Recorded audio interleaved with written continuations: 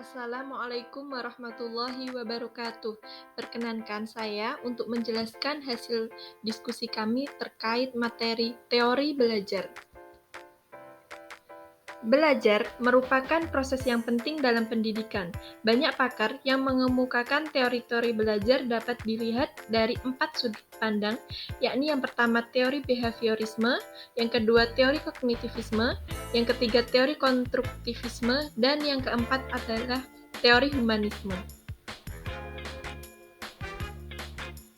Teori yang pertama yaitu teori belajar behaviorisme adalah sebuah teori yang dicetuskan oleh Gage dan Berliner tentang perubahan tingkah laku sebagai hasil dari pengalaman. Teori ini berpandangan tentang belajar adalah perubahan dalam tingkah laku sebagai akibat dari interaksi antara stimulus dan respon. Teori ini memandang individu sebagai makhluk reaktif yang memberi respon terhadap lingkungannya. Pengalaman dan pemelihara akan pengalaman tersebut akan membentuk perilaku individu yang belajar. Teori ini hingga sekarang masih mendominasi praktik pembelajaran di Indonesia. Dan di teori belajar ini, apabila tingkah laku siswa belum berubah, maka akan berlaku sistem hukuman. Apabila belajar tidak bisa terus dan diajarkan lagi, tidak bisa lagi, maka akan berlaku sistem hukuman dan dengan hukuman itu dapat membuat siswa jera dan akan membuat siswa untuk belajar lebih giat lagi. Sebagai contoh, seorang anak disuruh oleh gurunya untuk menghafal teori atom dan maju keesokan harinya. Namun, anak tersebut belum menghafalnya dan disuruh berdiri di depan kelas oleh gurunya dan boleh duduk hingga menghafalnya.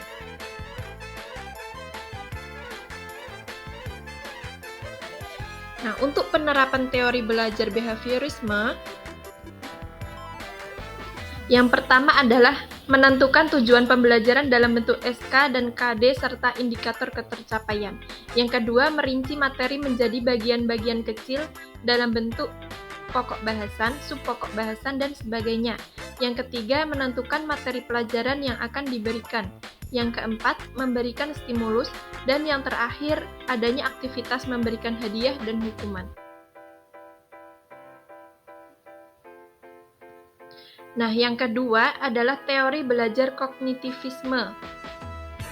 Teori belajar kognitif lebih mementingkan proses belajar daripada hasil belajarnya. Teori ini memandang bahwa tingkah laku seseorang ditentukan oleh persepsi serta pemahamannya tentang situasi yang berhubungan dengan tujuan belajarnya. Teori belajar kognitif, guru perlu fokus pada proses berpikir siswa dan memberikan strategi yang tepat berdasarkan fungsi kognitif mereka. Melibatkan siswa dalam berbagai kegiatan, seperti memberikan waktu bagi mereka untuk bertanya, kesempatan untuk membuat kesalahan dan memperbaikinya, serta merefleksikan diri agar dapat membantu mereka dalam memahami proses mental. Sebagai contoh, guru mendorong siswa untuk berdiskusi berdasarkan apa yang diajarkan dengan meminta siswa untuk menjelaskan materi kimia unsur di depan kelas dan mengajak siswa lainnya untuk mengajukan pertanyaan. Nah, terdapat 3 tokoh yang menjelaskan terkait teori belajar kognitivisme. Yang pertama, Jean Piaget, ini menjelaskan terkait teori komprehensif. Yang kedua, David Ausubel, ini menjelaskan terkait teori discovery learning. Dan yang ketiga adalah Jerome Bruner yang menjelaskan terkait teori belajar bermakna. Nah, masuk teori belajar yang ketiga adalah teori konstruktivisme.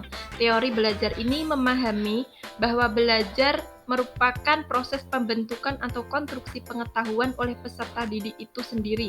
Dengan kata lain, peserta didik harus aktif selama kegiatan pembelajaran, aktif berpikir, menyusun konsep, dan memberi makna tentang hal-hal yang sedang dipelajari. Tetapi yang paling menentukan terwujudnya gejala belajar adalah niat belajar peserta didik itu sendiri.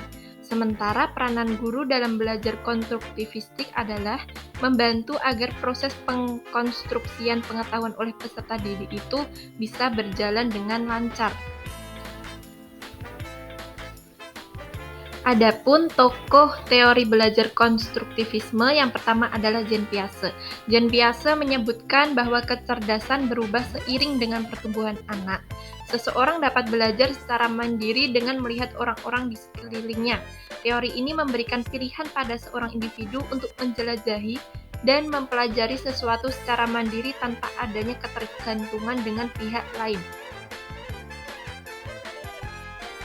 Yang kedua adalah Lev Vygotsky.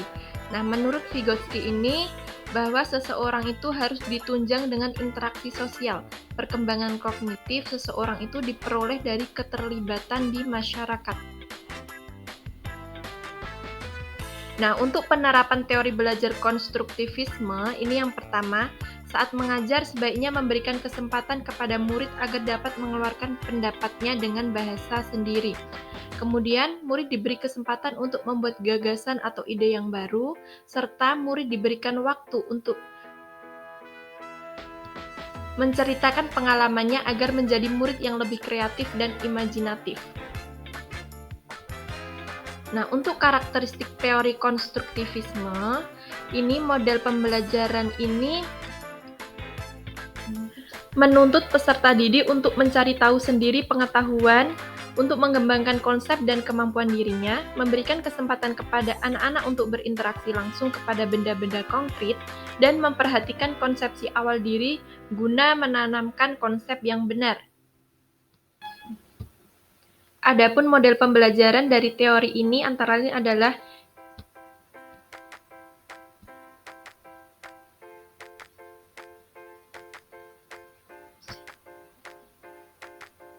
yang pertama ada inquiry learning, yang kedua ada discovery learning, yang ketiga ada problem based learning, dan yang terakhir ada project based learning. Nah, teori belajar yang keempat adalah teori belajar humanisme. Teori belajar humanisme adalah teori yang menekankan pentingnya pengakuan dan pengembangan potensi individu. Menurut teori ini, setiap orang memiliki kemampuan untuk belajar dan mengembangkan diri, dan fokus utama dari proses belajar adalah pada individu itu sendiri. Teori belajar humanisme didasarkan pada filsafat humanisme yang menekankan hak asasi manusia dan pengakuan hak-hak individu. Teori ini menekankan pentingnya empati, komunikasi, dan hubungan yang sehat dalam proses belajar.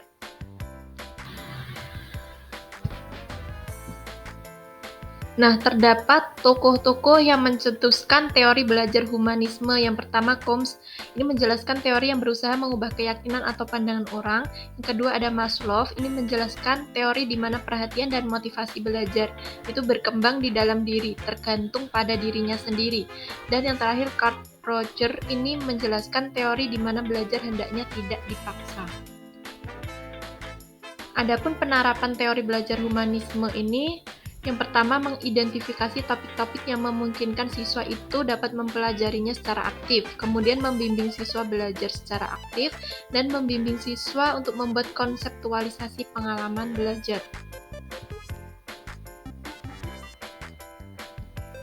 Oke, kita masuk ke studi kasus terkait kondisi peserta didik dan bagaimana upaya yang dapat dilakukan oleh seorang guru agar mereka merasa termotivasi untuk selalu belajar.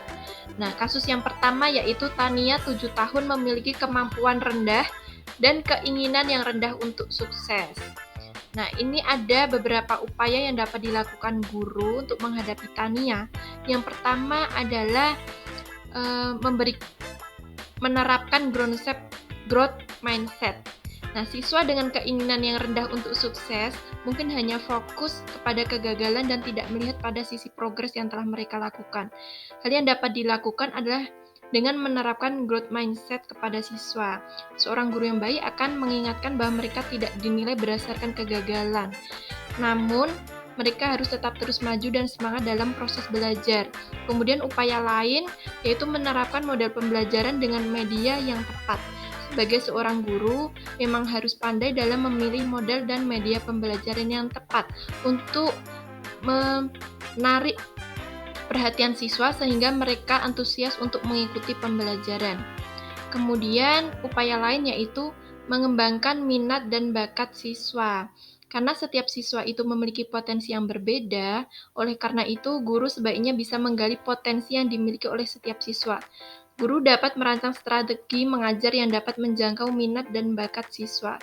Misalnya, memberikan pilihan penyelesaian tugas. Siswa dapat melakukan presentasi, memvisualisasi konsep pembelajaran melalui gambar atau audio, dan sebagainya.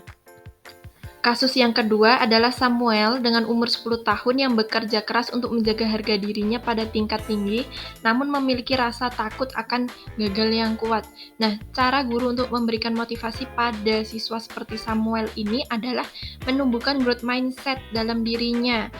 Nah, guru growth mindset ini merupakan sebuah pola pikir bahwa kemampuan dasar yang dimiliki dapat dikembangkan dan ditingkatkan melalui kerja keras. Growth mindset dapat mempermudah siswa dalam menerima kegagalan. Adapun cara menumbuhkan growth mindset pada siswa adalah yang pertama memberikan refleksi diri siswa terkait kemajuan atau perkembangan yang telah diperoleh menuju capaian pembelajaran. Kemudian menanamkan konsep kepada siswa bahwa proses merupakan hal yang penting. Kemudian yang terakhir memberikan kritik dan saran yang membangun yang bisa menunjukkan apresiasi atau menghargai siswa. Kemudian kasus yang ketiga adalah Sandra dengan umur 13 tahun yang tenang di kelas dan meremehkan keterampilan teman-temannya. Adapun motivasi belajar yang dapat diupayakan oleh guru yaitu memberikan siswa tersebut sebuah tanggung jawab untuk menunjukkan bahwa guru dapat percaya padanya. Bentuk tanggung jawab itu dapat diberikan dimulai dari hal-hal yang kecil. Tidak lupa untuk memberikan apresiasi ketika ia melakukan tanggung jawabnya dengan baik dan memberikan motivasi ketika mengalami kesulitan. Kemudian kasus yang keempat adalah Robert dengan umur 16 tahun yang menunjukkan sedikit minat di sekolah dan saat ini tinggal bersama bibinya. Dan guru sudah tidak dapat menghubungi orang tuanya. Nah, di sini upaya yang dapat dilakukan guru untuk meningkatkan motivasinya adalah dengan melakukan pendekatan secara emosional. Di sini guru bisa berperan sebagai tempat curhat dan motivator, pembangun dari semangat dan keyakinan peserta didiknya. Guru bisa membangun komunikasi secara rileks dan enjoy, sehingga siswa dapat dengan leluasa untuk bercerita tentang persoalan pribadinya. Selain itu juga bisa membuat wadah atau forum yang memberikan kesempatan pada siswa untuk berdiskusi secara jujur dan terbuka. Nah, sekian dulu terkait penjelasan dari kelompok kami mengenai teori belajar. Semoga mudah dipahami ya teman-teman. Bye-bye. Wassalamualaikum warahmatullahi wabarakatuh.